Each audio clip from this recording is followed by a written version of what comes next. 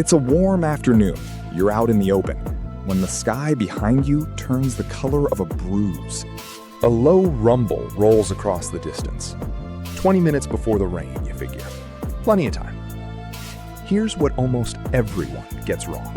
Lightning doesn't have to hit you to kill you.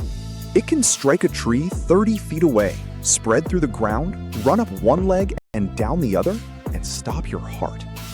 And that far-off thunder? If you can hear it, you are already close enough to be struck. There is no 20 minutes. This is how lightning kills. The shelter that feels safe and isn't.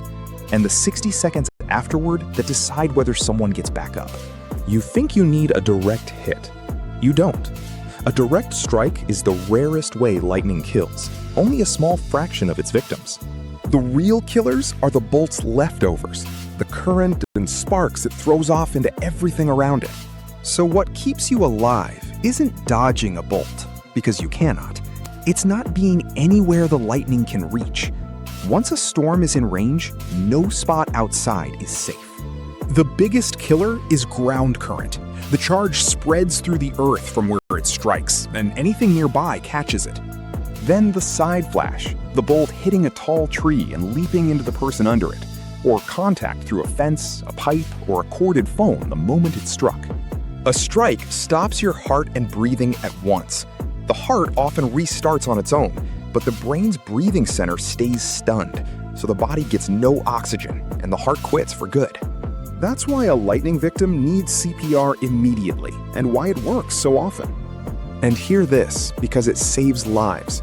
A person who has just been struck holds no charge at all, completely safe to touch. The myth that you'll be electrocuted has killed people who could have been brought back. Then the rule. Flash. Count the seconds to the thunder. Under 30, the storm is close enough to hit you. Go in and stay in 30 minutes after the last rumble. And don't trust blue sky. Lightning travels 10 miles from its storm, and the bolt that kills you can come before the first raindrop, or after you're sure it's passed. The first real thunder rolls across the field, and here comes the most dangerous thought in a storm. I've got time. Time to finish the hike, play the last inning, take one more swim. That thought is the most common last thought of people killed by lightning. The moment you can hear thunder, the decision is made. You're in range. So you don't wait for the next break. The first rumble is the signal, and you move towards shelter now. You don't have time. You have a head start. So you count, because the count tells you the truth your gut is denying. Flash. Thunder at 10 seconds. A few minutes later, at 8. Then 6. Every time that number drops, the strike zone is closing over your head. Under 10 seconds isn't almost here, it's here. You stop everything and move fast toward the nearest substantial building or hard-topped car without slowing to grab your things. This is where your own instinct tries to kill you.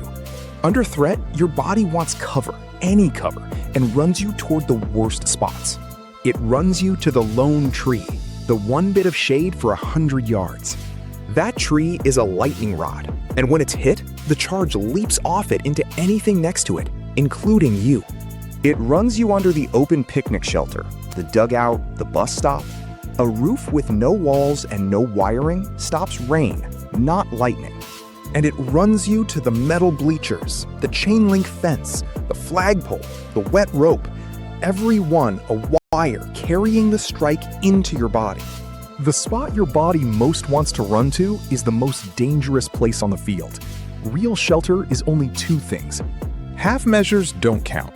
Not a porch, not an open garage, not a tent, not a doorway. First, a substantial building with plumbing and wiring, because if it's struck, that metal carries the charge down and around you into the ground instead of through you. Second, a hard-topped metal vehicle, windows all the way up, hands in your lap and off the metal.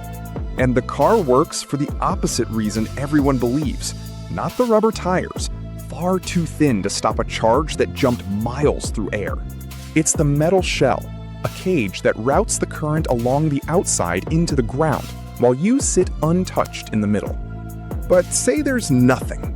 You're deep on a trail or out on the water, miles from any building or car, and the storm is on top of you. There is no magic pose, no safe way to be outside in a thunderstorm. There's only less exposed. So you make yourself the smallest target you can while moving towards shelter. Get down off the high ground, the ridge, the hilltop, because height is what lightning reaches for. Get away from the lone tall tree, from water, from anything metal. And with other people, spread out, at least 50 feet apart, so a single strike can't drop the whole group at once.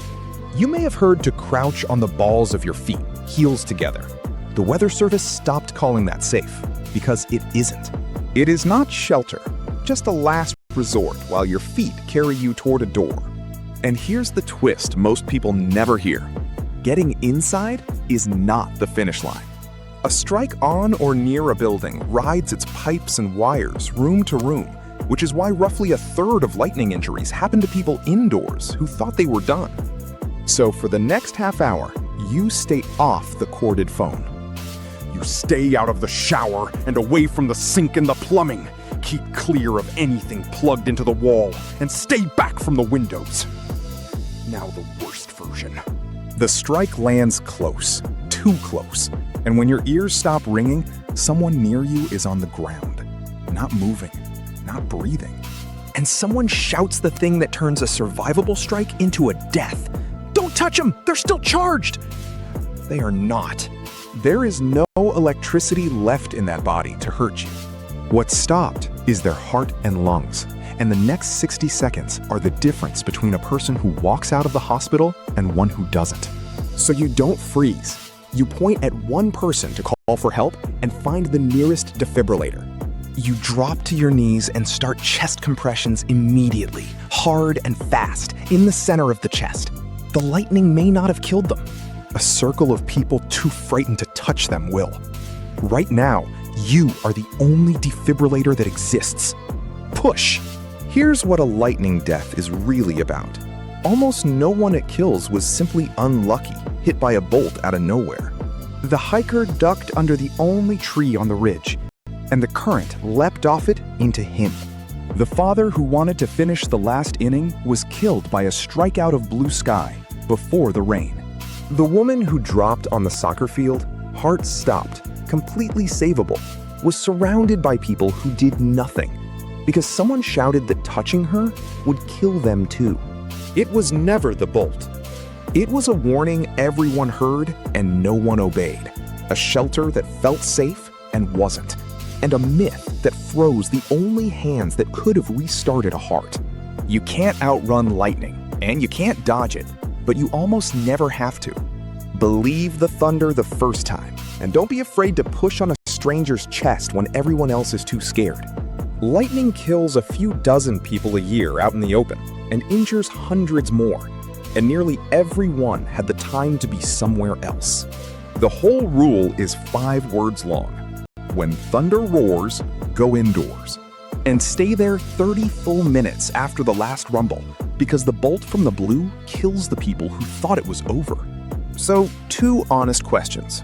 Have you ever told yourself you had time and waited out the thunder instead of going in? And knowing now that a struck person holds no charge and is completely safe to touch, would you start CPR or would you freeze? Tell me in the comments. And the disaster that kills more people at the beach than sharks ever have, where swimming as hard as you can toward shore is exactly how you drown?